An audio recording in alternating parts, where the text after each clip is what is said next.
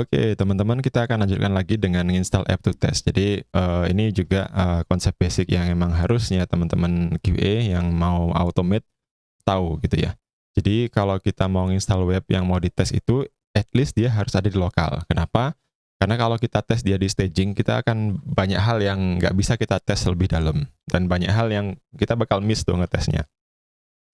Dan mengenai end-to-end testing ini, kita bakal butuh banget si app itu diinstal di lokal kita dan kita ngetes di lokal.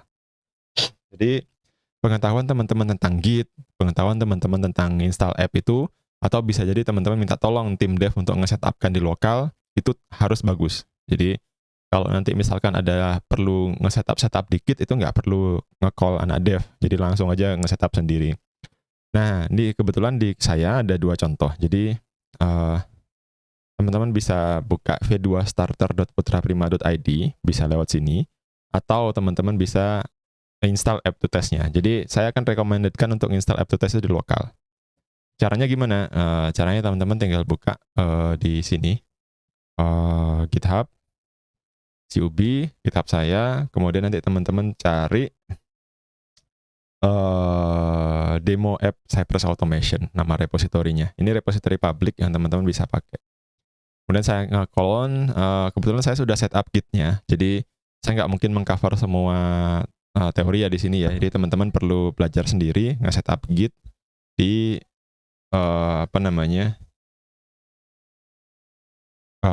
lokalnya teman-teman. Jadi kalau sudah ada, ini tinggal keluar dari CD project-nya, teman-teman lakukan git clone ini, gitu ya.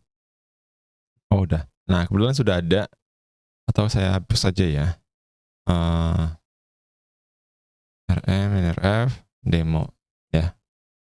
Ini saya clone lagi, git clone ini. Nah ini butuh di setup ya, saya press gitnya. Jadi teman-teman perlu nge-setup itu. Atau kalau misalkan nggak mau, ya tinggal di download zip, di ekstrak gitu ya. Itu juga boleh. Tapi saya akan merekomendasikan untuk teman-teman belajar gitu ya. Kemudian masuk demo app Cypress Automation. Nah ini itu aplikasinya pakai PHP dan pakai framework Laravel. Jadi harus ada knowledge itu. Jadi teman-teman harus bisa nih untuk melakukan itu. Nah, nge-install, nge-setup, dan lain-lain. Nah, kalau di PHP itu namanya composer install.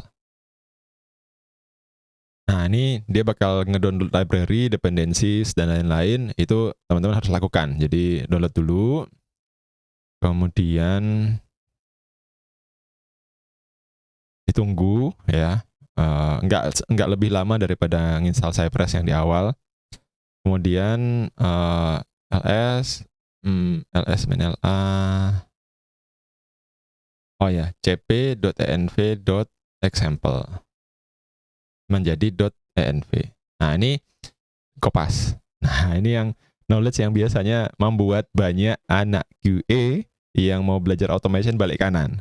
Ya, teman-teman harus bisa. Kemudian kita buka pakai Visual Studio Code. Kemudian kita setup nih.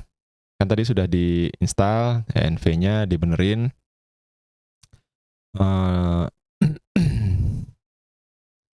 Sebentar, apa yang harus setup di sini ya? App port ini.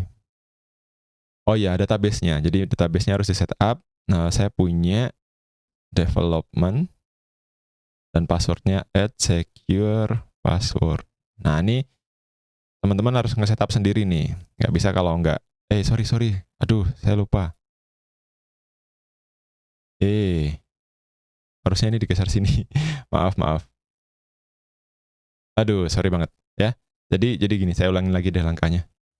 Nih, code gini. Nah, ini karena monitornya ada 2. sorry. Nah, gini ya. Nanti kan bakal kebuka nih. Ini awalnya kan kosong nih, nggak ada. Nah, bakal kebuka nih, dibuka file env-nya. Teman-teman setup connection database MySQL-nya. Jadi syaratnya harus ada nih. Jadi MySQL, PHP-nya sudah harus ada. Rekomendasi saya kalau teman-teman pakai Windows ya pakai Xampp. Kalau pakai Mac ya berarti install satu-satu. Brew install PHP, brew install MySQL, habis gitu nanti baru install PHP-nya, komposernya, install ini lagi.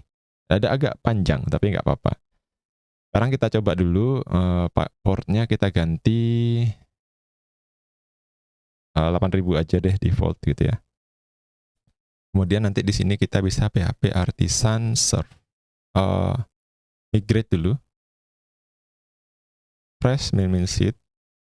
Bisa nggak? Oh, sorry. Sorry, saya salah ngasih username-nya, bukan development, tapi development. Ini tergantung settingan PC masing-masing ya, teman-teman ya. Coba lagi. Oke. Oke, sebentar ya, saya ngecek password dulu. Apa ya passwordnya ya? Bentar aja.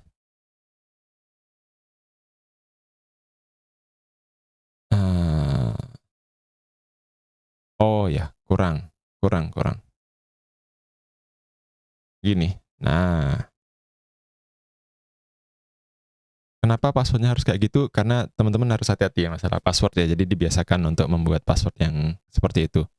Kenapa kok saya tunjukkan di video? Karena ya ini kan development ya. Nanti kalau password di list pasti beda.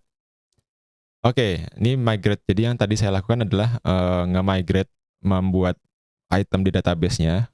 Dia bakal ngisi database-nya secara otomatis. Kemudian saya tinggal PHP artisan serve.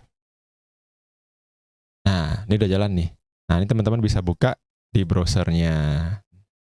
Oke, nanti ada error kayak gini, nanti tinggal generate app key, kemudian di refresh. Nah, ini sama nih, udah masuk nih. Ini itu identik dengan ini, teman-teman, ya.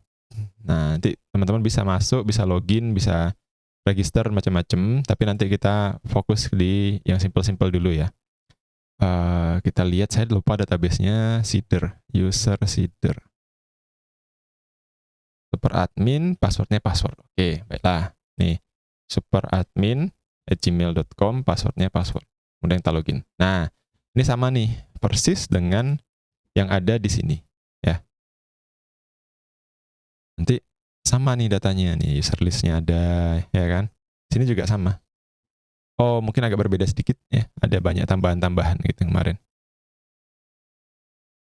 Nah, tinggal gitu aja teman-teman. Nanti bisa diatur, di setup, habis gitu dia bakal ada di lokalnya teman-teman. Nah, kenapa di lokal ya? Karena satu, kalau dia itu kita app to testnya itu kita taruh di staging, itu pertama kita ngetes akan lebih lambat. Nah, karena data-datanya kan ada di online gitu kan. Nah, sekarang kalau datanya itu ada di lokal kita, udah kita setup di lokal, itu akan lebih cepat. Jadi nanti teman-teman di course ini akan belajar menggunakan ya setup dari aplikasi yang saya bawakan ini. Nanti kalau misalkan ada yang mau ditanyakan mengenai aplikasi yang berbeda boleh. Tapi basicnya teman-teman akan belajar menggunakan aplikasi ini. Oke, see you in the next videos.